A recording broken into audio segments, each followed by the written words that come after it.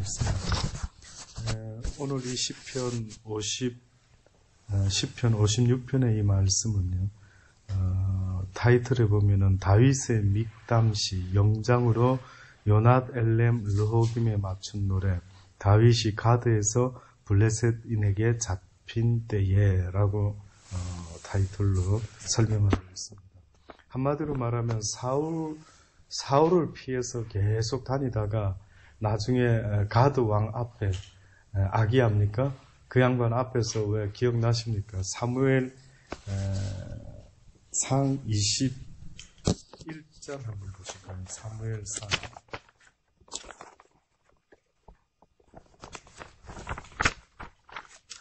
사무엘상 21장 10절에 보면은 방금 우리가 지금 이 시편의 56편의 이 시 배경이 다시 자세히 설명이 되어 있습니다.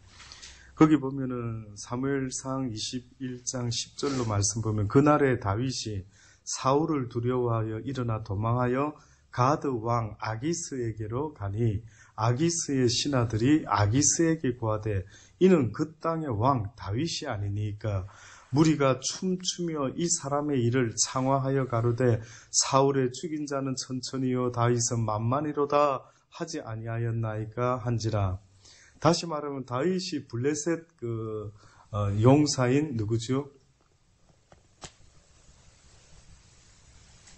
블레셋 골리앗. 예.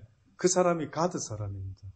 예. 그 골리앗 거인 어떻게 보면 가드 사람으로서는 아주 장수 중의 장수, 자기들이 자랑하는 아주 최고의 장수였는데 세상에 이 장수를 누가 이겼습니까? 다윗이겠죠. 그것도 뭘로 이겼습니까? 물맷돌 하나로 이게 너무 수치스럽고 이게 소문 날 때마다 아주 괴로운 그런 상황이죠. 그래서 사람들이 그랬습니다라고 지금 이야기합니다. 사울의 죽인 자는 천천히요 다윗은 만만히로다 하지 아니했습니까? 바로 그자입니다. 이런 좋은 찬스가 왔습니다. 여자가 우리한테 굴러 들어왔습니다. 지금 그러는 겁니다. 다윗이 이 말을 그 마음에 두고 가드 왕 아기스를 심히 두려워하여 그들의 앞에서 그 행동을 변하여 미친 채 하고 대문짝에 그적거리며 침을 수염에 흘리며 아기스가 그 신하에게 이르되 너희도 보거니와 이 사람이 어떻게 보면은 어째 그런 골리앗을 죽인 장수라고 말할 수 있겠는가? 이 사람 미치광이지 않느냐? 어찌하여 이런 자를 내게로 데려왔느냐? 내게 미치광이가 부족하여서 너희가 이 자를 데려다가 내 앞에 미친 짓을 하게 하느냐? 이 자가 어찌 내 집에 들어오겠느냐 하니라. 결국은 어떤 면에서 다윗의 삶 속에 가장 수치스러웠던 순간이 언제일까요? 다윗의 인생에 있어서 가장 비참했던 순간이 언제일까요? 물어보신다면 꼭 잊지 마십시오. 바로 다윗이 사울을 피하여 다니다가 자기가 죽였던 골리앗 그 민족들, 그들한테까지 피난을 해야만 되는 이런 안타까운 상황이 벌어지고 말았습니다. 그랬을 때 그가 마음에 두려워하여 혹시나 이들이 그때 생각을 하고 여자를 죽여야 되겠다. 저절로 원수 갚을 찬스가 생겼구나 라고 하는 이 상황이 왔을 때에 그는 살고자 무슨 짓을 합니까? 미친 짓을 합니다. 얼마나 미친 짓을 잘해보려고, 그러니까 다시 말해서 살아보려고 세상에 침을 수염에 흘리면서 대문짝에다 그적거리면서 도무지 상식 밖의 행동을 했다라는. 여러분도 살면서 이 정도로 이런 상황이 있었을까요? 여러분도 과연 생각할 때 다윗 생각하면 무슨 승승장구한 것 같고, 다윗의 일생은 고난이 없었던 것 같고, 다윗은 애매히 고난 당한 적도 없고, 무조건 일이 잘 풀어진 것 같아 보인다라고 보지만, 사실은 다윗의 삶 속에 애매히 고난 당하는 일이 이렇게 심하게 있었습니다. 그래서 다윗이 그러는 겁니다. 내가 왜 이런 고난을 당합니까? 아버지 좀 알려주세요. 이해시켜 주세요. 내가 뭘 잘못했죠? 내가 사울 왕을 언제 죽인다고 했습니까? 내가 언제 사울을 원수 갖겠다 했습니까? 그런데 왜 그자가 나를 이렇게 죽이려고 이렇게까지 하는데 아버지 왜 내버려 두십니까? 이해가 안 됩니다. 어떻게 보면 다윗의 삶 속에서 모든 게 다 이해되고 살았던 자가 아니었습니다. 우리가 아는 것처럼 다윗이 하나님의 마음에 합한 자라라고 말할 때 그 의미 속에는 무엇이 담겨 있는 줄 아십니까? 다윗이 살아가면서 이해하지 못할 일이 자기의 인생에게 있었을 때에 그 애매히 고난을 당하면서 그럴 때마다 오히려 하나님을 바라봤던 거예요. 그럴 때에 그가 외쳤던 기도의 내용, 이것이 바로 지금 56편에 있는 시편의 내용입니다. 하나님이여 하나님이여 나를 긍휼히 여기소서. 사람이 나를 삼키려고 종일 치며 압제하나이다. 나의 원수가 종일 나를 삼키려 하며 나를 교만히 치는 자가 많습니다.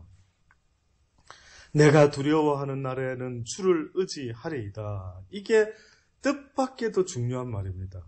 보세요. 내가 두려워하는 날에는 어떻게 반응하겠다고요? 주를 의지한다. 여러분은 어떻게 합니까? 여러분은 뜻대로 안 되고 인생이 뭔가 이상하게 내 원하는 대로 상식적으로 이해 안 되는 일이 막 벌어지고 때로는 그 일이 너무나 두렵고 떨림으로 다가올 때에 여러분은 어떻게 하는데요? 두려워하죠. 떨려하죠. 그러면서 기도할 때 기도한다라고 하는 것은요.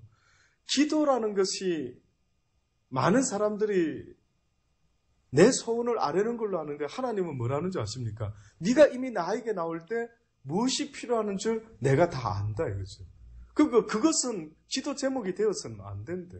그러면 결국 뭡니까? 주여 내가 주를 의지하기를 원하나이다. 내 마음을 지켜주옵소서. 하나님이 보기 원하는 것은 더 귀한 영적인 은사라는 것 뭔지 아십니까? 하나님에 대한 믿음의 은사를 구하기도 하고 아버지 내 마음이 두렵고 떨려고 합니다. 두렵고 떨리지 않도록 도와주소서. 왜 이런 기도를 안 하고 늘 뭐 해결해 주세요. 뭘 해결해 주세요. 그러면 내가 두렵고 떨리지 않을 것 같습니다. 라고 하는데 진짜입니까? 그걸 구하면은 그게 그렇게 되면 이제 두렵지 않을 것 같습니까? 육은 그렇지 않다고 말했습니다. 육이라는 존재는 만족할 수 없는 존재라고 분명히 말씀드립니다. 성경이 오죽했으면 뭐라고 합니까? 육신은 날마다 목말라 하는 그런 아주 목마른 사슴과 같아요. 어떤 면에서. 그러니까 이 육신은 어떤 면에서는 만족을 할 수 있는 존재가 아니라 100만 원만 있으면 만족하겠다 하셨죠, 옛날에. 근데 100만 원 넘어섰는데 또 어떻게 합니까? 또 목마르고 200만 원이 있으면 만족하겠다. 또 200만 원이 생기면 어떻게 합니까? 300만 원이 있으면 또 만족. 그러니 이것을 믿지 말란 말이죠, 아버지는.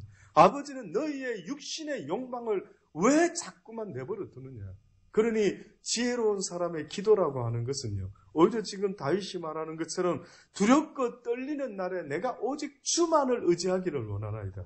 해결해 주소서라고 말할 수도 있겠지만 다윗은 어떻게 보면 이런 애매히 당하는 고난을 허락했을 때는 무슨 이유가 있다면 그럼 무슨 이유가 있느냐. 내가 잘못한 것도 아닌데 이런 일을 당한다 할 때는 하나님께서는 나에게 혹시나 얼마나 더 나를 하나님을 믿고 의지하는가를 보기 원하시는 게 아닐까. 그런 마음으로 이 양반은 주여 이럴 때일수록 나는 주를 더 의지하나이다. 내가 하나님을 의지하고 그 말씀을 어떻게 한답니까? 찬송하옵지다. 하나님의 말씀을 갖다가 찬송까지 하겠다라는 겁니다. 곡절을 붙여가지고 찬양하겠다라는 것입니다. 여호와는 나의 목자시니 여호와는 나의 목자시니 내게 부족함이 없으리로다. 하나님의 말씀을 이 다윗의 특징은 늘 곡절을 붙여가지고요. 이것을 갖다가 하나님께 아름다운 시로 찬양으로 올려드렸다라는 거예요. 이것이 바로 다윗이고 이 모습이 바로 여호와의 마음을 기쁘게 했대. 그와 같은 자가 없대. 와, 다윗, 너는 나를 너무 기쁘게 한다.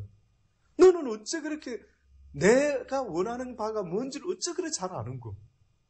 사람들은 어려울 때 두려울 때 해결해 달라고 기도하는데 다윗은 내가 주를 더 의지할 수 있도록 도와달라고 하면서 오히려 하나님을 의지하고 그 말씀을 가지고 하나님을 찬송하올지라. 내가 하나님을 의지하였은즉 두려워 아니하리니 혈육 있는 사람이 내게 어찌 하리요.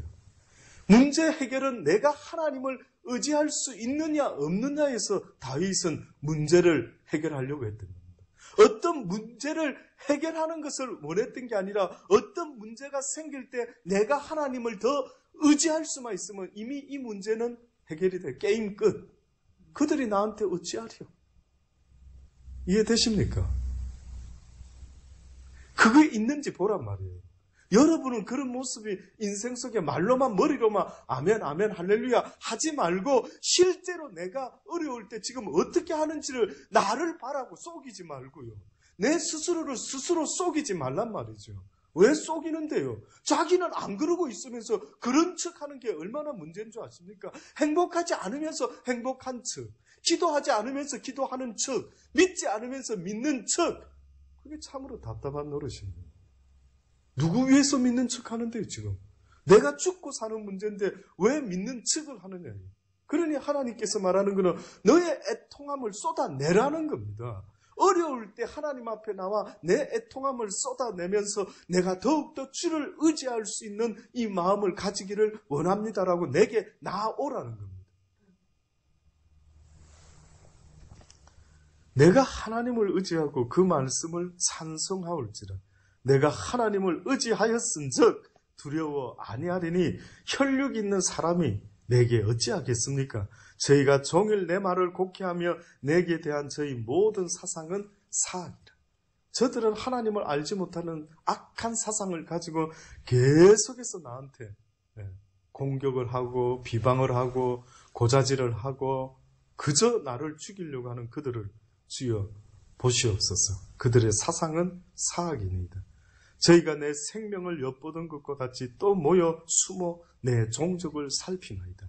저희가 죄악을 짓고야 피하오리까 하나님이여 분노하사 뭇백성을 낮추소서.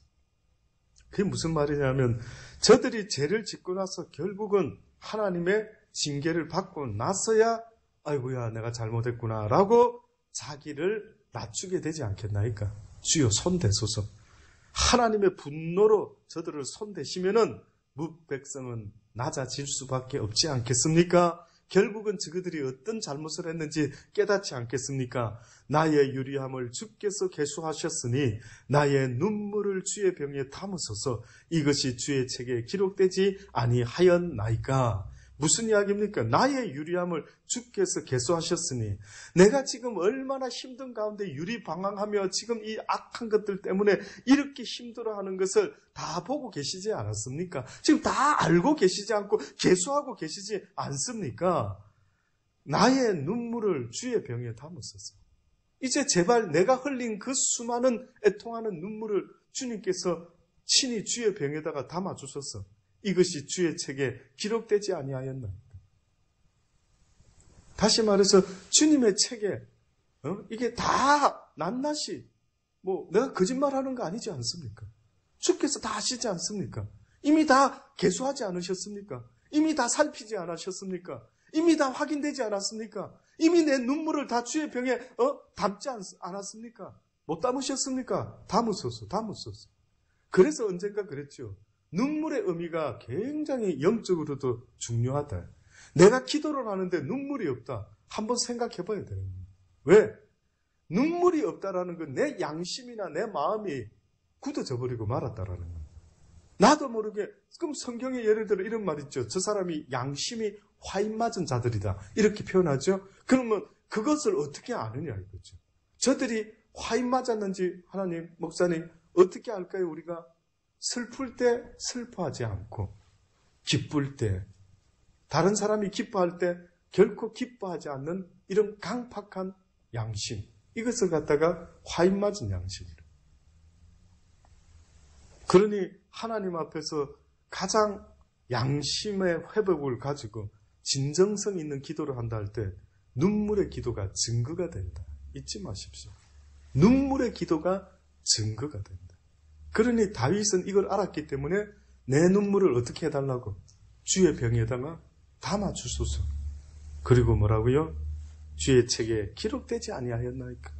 내 모든 행적이, 내 모든 아버지 앞에서 몸부림쳤던 것, 내가 아뢰는 날에 내 원수가 물려가리니 하나님이 나를 도우심인 줄 아나이다. 주님이 도우시면 한마디로 내 원수가 물러갈 줄 믿습니다. 왜 주여 돕지 아니하시나이까? 왜 돕지 아니하시나이까? 주여 나의 소원을 들어주옵소서. 예.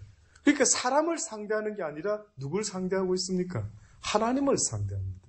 다시 말하면은 하나님이 허락하는 그 고난이 어느 누가 고난 주셔서 감사합니다. 예, 고난 당하겠습니다. 사실은 그렇게 어렵습니다. 누가 고난이 물론 친구 되라라고 하는 말은 우리가 많이 듣고 있지만은 고난 가운데 여호와를 배운다라고 하는 것처럼 어떻게 보면 고난이라는 것은 내가 예, 고난 주셨습니까? 예, 알겠습니다. 고난 속에 살죠. 이렇게 해라는 게 아닙니다. 고난을 주면은 어떻게 하라면 내가 3절에 내가 두려워하는 날에 어떻게 하라고 주를 의지해야 돼. 내가 하나님을 의지하고 말씀을 붙잡고 하나님을 의지하였은지 두려워 아니야. 다시 말하면은 두려운 날에 어려운 날에 고난이 있는 날에 하나님을 찾고 부르짖고 의지해라고 하는 거죠. 그런 반응이 없는 사람이면 이거는 뭔가 오해를 한 겁니다. 고난이 있는데도 가만히 있는 자가 있더라고요. 고난이 있고 자기가 지금 뭔가 문제가 심각한데 이러더라고요. 어쩌겠습니까? 뭐 하나님이 안 도와주시는데 어쩌겠습니까? 얼핏 맞는 것 같죠. 목사님 힘들어 죽겠습니다. 인생이. 기도 좀 하시죠. 기도해봤자 답이 없던데요. 응답도 안 하시는 것 같고 그냥 내가 어쩌겠습니까? 얼핏 보면 어머나 이 사람 참 모든 걸 맡겼나? 맡긴 게 아닙니다. 그 모습은. 예? 완전히 쉽게 말하면 자포자기한 겁니다. 한 달란트 받은 자가 이 악하고 게으른 자야. 애를 쓰지 그러면 네 삶 속에 어렵고 힘듦이 생길 때에 하나님을 찾고 구하고 주여 도우소서 오직 주님만이 나의 힘이시오 반석이시오 나의 도우실 유일하신 분입니다라고 오히려 고난을 줬으면 더욱더 하나님께 더 나아가는 믿음의 모습을 보여야 되는데 어떤 희한한 차갑지도 더웁지도 않은 인생들은 그딴 소리를 하고 있더라고요. 내가 부르짖어 봤자 답이 없던데 참 정말 안타까운 겁니다. 그래서 거지가 부잣집 앞에서요 왜 죽었을까? 왜 죽었을까? 성경에는 써놓지 않았지만 답이 없기 때문에 이 부자가 나 도와주지 않으면은 나에게 답이 없기 때문에 그렇습니다. 이게 안타까운 겁니다. 많은 사람이 하나님을 찾다가요 답이 아닌가 하고 딴 데 또 기웃기웃하죠. 그래서 하나님이 원하는 거는 내 답은 네가 죽을 때 내가 응답하겠대. 내 답은 네가 나를 바라보면서 주여 응답하소서 내가 죽게 되었나이다 라고 하면서 실제로 죽어라 이거죠. 네 믿음을 내게 보여라. 내 아니면 안 된다라는 너의 믿음을 내게 보여라. 그래서 제가 늘 말씀드리는 것처럼 믿음이라고 하는 것은 죽음과 맞바꿀 수 있어야 된다. 내가 하나님을 믿습니다라고 하면서 기도할 때 이렇게 기도하다가 죽겠는데 죽어라 이거예요. 내가 요단강을 건너가다가 어머나 왜 물이 안 갈라지지? 이러다가 나 죽는 거 아니야? 죽으라는 거죠. 그래서 우리가 기억하는 표현들 중에 네 끝이 하나님의 시작이다. 끝이 안 나기 때문에 시작할 수가 없는 겁니다. 하나님. 어떤 사람이 산길을 이렇게 가다가 낭떠러지에 떨어진 겁니다. 떨어지가 밤중에 길을 잃고 떨어졌는데 아슬아슬하게 웬 그 절벽 옆에 난 소나무 뿌리를 붙잡았다는 거죠. 위에 누구 없느냐 소리 지르고 나 살려주세요 하는데 어떤 사람이 이제 해가 밝았는데 해가 이제 좀 밝아오는데 보니까 웬 사람이 매달리고 소리를 지르는 거 살려달라고. 그랬을 때에 이 밑에 있는 사람이 여보시오 그걸 놓고 뛰어내려도 될 거리 같아요. 그냥 내 밑에서 도와줄 테니까 손을 딱 떼고 내리세요. 이랬단 말이죠. 근데 이 사람이 밑이 막 벌써 아슬아슬 지금 떨어질까 말까 막 두려움과 공포 속에 잡혀가 이걸 놓지를 못하는 겁니다. 왜? 이러다 죽으면 어떻게 할까? 못 놓는 겁니다. 제발 내 말 좀 믿고 한번 놔줘봐요. 이제 이 사람의 머릿속엔 선택이죠. 정말 저 사람 말을 믿고 놓을 것인가? 아니면 내가 끝까지 여기 붙잡고 있다가 어쩔 수 없어서 놓게 될까? 하나님이 말하는 것은 어쩔 수 없어서 놓는 걸 믿음이라 말하지 않습니다. 나를 믿고 놔라는 겁니다. 힘 빠져가 나왔다라는 걸 말하는 게 아닙니다. 그 어떤 분은 보니까 막 힘이 다 빠져가. 기도해도 안 되고 뭐도 안 되고 안 돼가지고 그냥 손을 놓을 때 그거는 오해하지 마세요. 착각하지 마시고. 그건 믿음이라 아버지가 말하지 않는 겁니다. 그러니 아버지는 힘이 있을 때 네가 이렇게 해줄래? 라고 말씀할 때 예, 그렇게 하겠습니다 하는 것이 바로 믿음인데 그 모습은 내가 생각하는 그것을 내려놔야 됩니다. 하나님이 안 도와주면 내가 어디 찾아 나서서 누가 나 좀 도와줄 사람 없을까? 대부분 기웃거립니다. 사업이 어려움 당하면 누가 바로 기도하는 사람이 몇이나 될까요? 늘 말씀드립니다. 어느 장로님이 공장을 하시다가 예배 중에 불이 났다 하지 않습니까? 직원이 쫓아와서 장로님 불났어요. 알았어. 잠깐 기다려. 예배 마칠 때까지. 예배를 마치고 그 비서가 뒤에서 기다리고 있는데 나오지도 않고 그 장로님 사업가는 앞자리로 가가지고 기도를 하는 겁니다. 하나님, 왜 불이 났는지 저는 알지 못합니다. 그리고 제가 지금 달려가봤자 뭐 내가 불을 끌 수도 있는 것도 아니고 내가 할 수 있는 유일한 것 아버지께 도움을 청합니다. 주여 나를 도우소서. 이런 도움의 기도는 아버지 듣는다 이 말씀입니다. 이렇게 기도하는 거 듣겠다. 오히려 이렇게 기도해 줄래? 하고 있는 거예요. 그러니까 고난을 준다라고 하는 것은 그냥 고난 가운데 자포자기하고 있으라는 게 아니라 그럴 때마다 오히려 하나님께 더 믿음으로 나아가는 모습을 보여줄래라고 하나님은 지금도 우리에게 요구하고 계시는 겁니다. 결국은 그 장로님이 얼마나 현명한가를 잊지 마십시오. 우리가 할 수 있는 게 있고 할 수 없는 게 있지 않습니까? 저도 저 육신 할 수 없습니다. 여러분은 육신을 위해서 뭐 합니까? 좋은 거 챙겨 먹기도 하고 약도 먹고 예, 저도 합니다. 이 모든 것도 누가 해줘야 되는 겁니까? 하나님이 해줘야 되죠. 하나님이 좋은 약도 좋은 음식도 붙이지 않으시면 우리가 어떻게 살아갈 수가 있는데 그러니 항상 뭘 하기 전에 먼저 뭐부터 해라고요? 기도 먼저 해라는 거예요. 주께 간구부터 먼저 해라는 겁니다. 그리하면 주께서 약도 붙이시고 사람도 만나게 하고 뭔가 일들이 해결되도록 주께서 움직이도록 해라는 거죠. 그런데 사람들이 자꾸만 먼저 할 것을 안 하고 간구하지 않고 자기가 먼저 판단해서 쫓아 움직입니다. 어찌 해볼 기라고. 참으로 힘든 인생을 사는 겁니다. 내가 하나님을 의지하며 그 말씀을 찬송하며 여호와를 의지하여 그 말씀을 찬송하리이다. 내가 하나님을 의지하였은즉 두려워 아니하리니 사람이 내게 어찌하리까. 하나님이여 내가 주께 서원함이 있사온즉 내가 감사제를 주께 드리리니. 서원했답니다. 예? 서원이라는 것은 결심하고 하나님과 약속을 하는 건데 뭐를 결심했냐면 그가 이 어렵고 힘든 가운데 하나님을 원망하고 불평할 수도 있죠. 왜 내가 뭐 때문에 이렇게 고난을 당합니까? 내가 뭐 때문에 뭘 잘못했다고 사울왕이 나를 죽이려고 난리를 치고 있습니까? 저 인간 원수 갚아 주옵소서라고 할 수도 있는데 뜻밖에도 그가 뭐라고 지금 서원했답니까?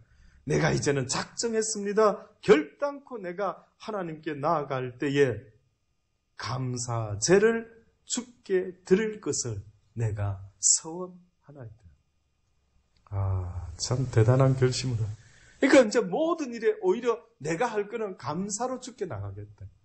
주여 내가 이런 고난과 어려움 가운데 있지만은 주여 감사하나이다. 분명히 이유가 있을 겁니다. 이 어려움이 있기 때문에 내가 하나님을 더 부르게 되고 내가 하나님을 더 찾게 되었으니 와 너무 감사합니다. 나로 하여금 깜빡했으면 하나님을 잃을 뻔했고 깜빡했으면 습관적으로 교회 나올 뻔했는데 하나님께서 나에게 고난을 주시는 바람에 내가 더욱더 주를 간절히 바라보고 간구할 수 있는 이런 마음을 주셨으니 아버지여 감사합니다. 이것도 감사 저것도 감사 모든 것이 다 감사합니다.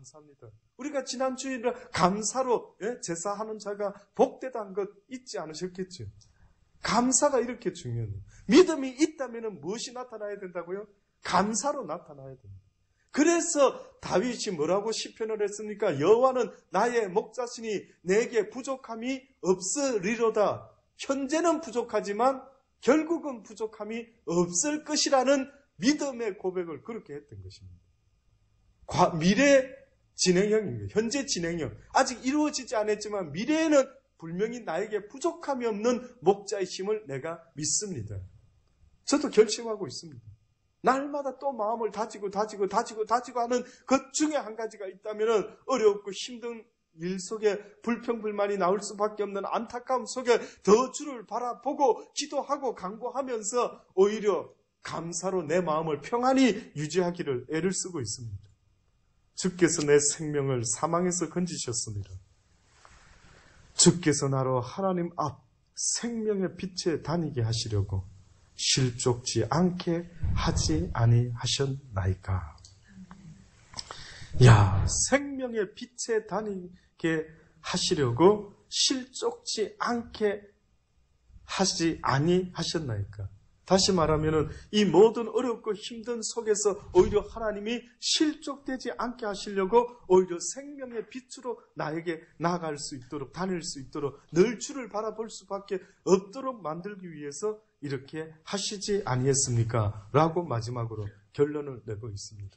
결국은 하나님이 허락하는 고난은 나로 하여금 망하게 하는 고난이 아니라 뭐라고요? 생명의 빛에 다니게 하시려고, 실족지 않게 하려고, 어둠에 그냥 속해서 그저 그냥 어둠 속에서 갈 바를 몰라하고 그냥 그렇게 사는 아둔한 자로 내버려 두지 아니하시려고 뜻밖에도 우리에게 고난을 주고 계시대.